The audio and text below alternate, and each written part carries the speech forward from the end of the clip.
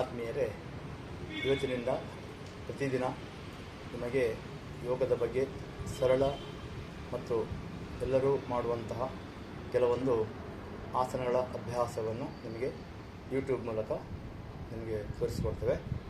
ಇವತ್ತು ಮೊದಲನೇದಾಗಿ super brain ಯೋಗ ಅಂತೇಳಿ.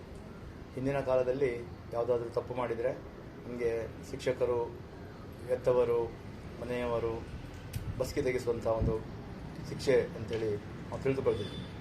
ಆದರೆ ಇತ್ತೀಚೆಗೆ ಅಮೆರಿಕದಲ್ಲಿ ಅದರ ಬಗ್ಗೆ ಸಂಶೋಧನೆ ಮಾಡಿ ಇದಕ್ಕೆ ಸೂಪರ್ ಬ್ರೈನ್ ಯೋಗ ಅಂತೇಳಿ ಹೆಸರನ್ನು ಕೊಟ್ಟಿದ್ದಾರೆ.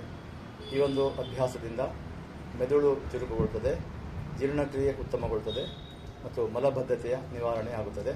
ಶ್ವಾಸಕೋಶದ ಮತ್ತು ಹೃದಯದ ಸಾಮರ್ಥ್ಯ ಹೆಚ್ಚುತ್ತದೆ. ಈಗ ಮಾಡುವ ಕ್ರಮವನ್ನು ಅಭ್ಯಾಸ ಮಾಡೋಣ. ಮೊದಲು ಕಾಲು ಭುಜದಷ್ಟು ಅಗಲವಾಗಿ ಇಟ್ಟುಕೊಂಡಿರಬೇಕು. ಬಲಗೈಯಿಂದ ಎಡಗೈಯಿಂದ ಬಲಕಿವಿಯನ್ನು ಹಿಡ್ಕೊಂಡು ನಾಲಿಗೆಯ ತುದಿಯನ್ನು ಹೊಸಡಿನ ಮೇಲ್ಭಾಗಕ್ಕೆ ತಾಗಿಸಬೇಕು. ಉಸಿರು ತಗೊಳ್ತಾ ಕೂತ್ಕೊಳ್ಬೇಕು. ಉಸಿರು ಬಿಡ್ತಾ ಕೆಳಗೆ. 2, 3, 4, 5, 6, 7, 8, 9, 10. ವಿಶ್ರಾಂತಿ. ಈ ರೀತಿ ಅಭ್ಯಾಸ ಮಾಡಿದ ನಂತರ 1 ನಿಮಿಷ ಸಹಜವಾದ ಉಸಿರಾಟವನ್ನು ನಡೆಸ್ತಾ ಸಮಸ್ಥಿತಿಯಲ್ಲಿ ನಿಂತಿರಬೇಕು. ವಿಶ್ರಾಂತಿ ಸ್ಥಿತಿಯಲ್ಲಿರಬೇಕು. ಉಸಿರಾಟ ಸಹಜವಾಗಿರಬೇಕು.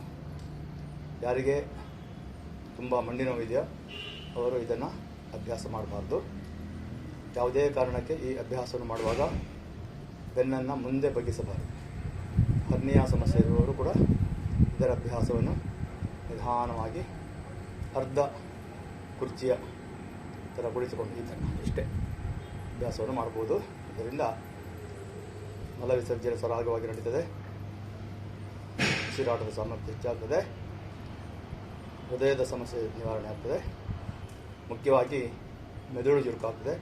ಮಕ್ಕಳಿಗೆ ನೆನಪಿನ ಶಕ್ತಿ ಜಾಸ್ತಿ ಆಗ್ತದೆ. ಈಗ ಹೆಚ್ಚಿನ ಮಕ್ಕಳಿಗೆ ಮರೆವು, ಇವತ್ತು ಓದಿದರೆ ಮತ್ತೊಂದು ಸಮಯದಲ್ಲಿ ನೆನಪಿರುವುದಿಲ್ಲ.